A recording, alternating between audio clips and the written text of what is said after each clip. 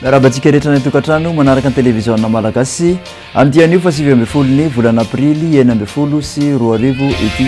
Raha ny mikasika ny cyclone tropical Fantala dia tany amin'ny 50 sy 300 km avaratra Tegono nahitana azy raha tamin'ny 7 ora maraina teo. Ny rivotra hoentiny moa dia manodidina ny 50 km isan'ora ka hatramin'ny 20 sy 200 km isan'ora.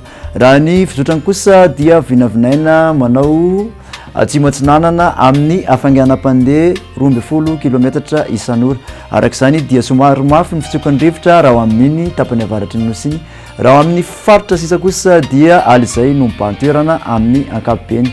Ampitandremina arak'izany ny mpanjono sy mpampiasan'ny ranomasina raha amin'ny morotsiraka avaratra Atsinanana sy avaratra andrefan'ny nosy iny. Ny toetry ny androntsika ho an'ny rapitsa maraina dia ahitana orana somary matevina raha ho an'ny faritra Analanjirofo, ny faritra Sava sy ny faritra Diana. Andrahoana kosa ny andro raha ho an'ny faritra Ampovoantany, ifandimby ny rahona sy ny masoandro ho an'ny faritra Sisa. Ny tolakandro kosa dia mbola mitoetra-trany ny orana amin'iny faritra Avaratra Manontolo miampy amin'ny faritra Analanjirofo sy ny faritra Dia Sofia iny, ifandimby ny rahona sy ny masoandro raha ho an'ny faritra Sisa.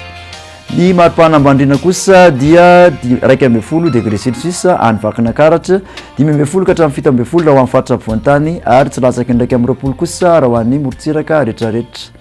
Ny maripana ambony indrindra kosa 13 degré Celsius ho an'ny Mahevantanàna ary manodidina ny 20 sy 17 raha ho an'ny faritra Ampovoantany, mihoatra ny 30 kosa raha ho an'ny morotsiraka manodidina ny Madagasikara.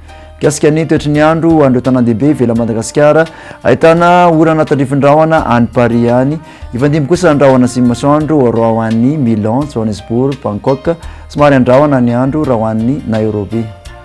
Ny toetry ny andro ho an'ny nosy manodidina Madagasikara, ahitana orana tandrifindrahona avokoa raha ho an'ny Port-Louis, Seychelles, Comores ary Saint-Denis. Izay indray ary tompoko nazatolotranao amin'ny dian'io ity, manasanao amin'ny rapitso indray veloma tompoko.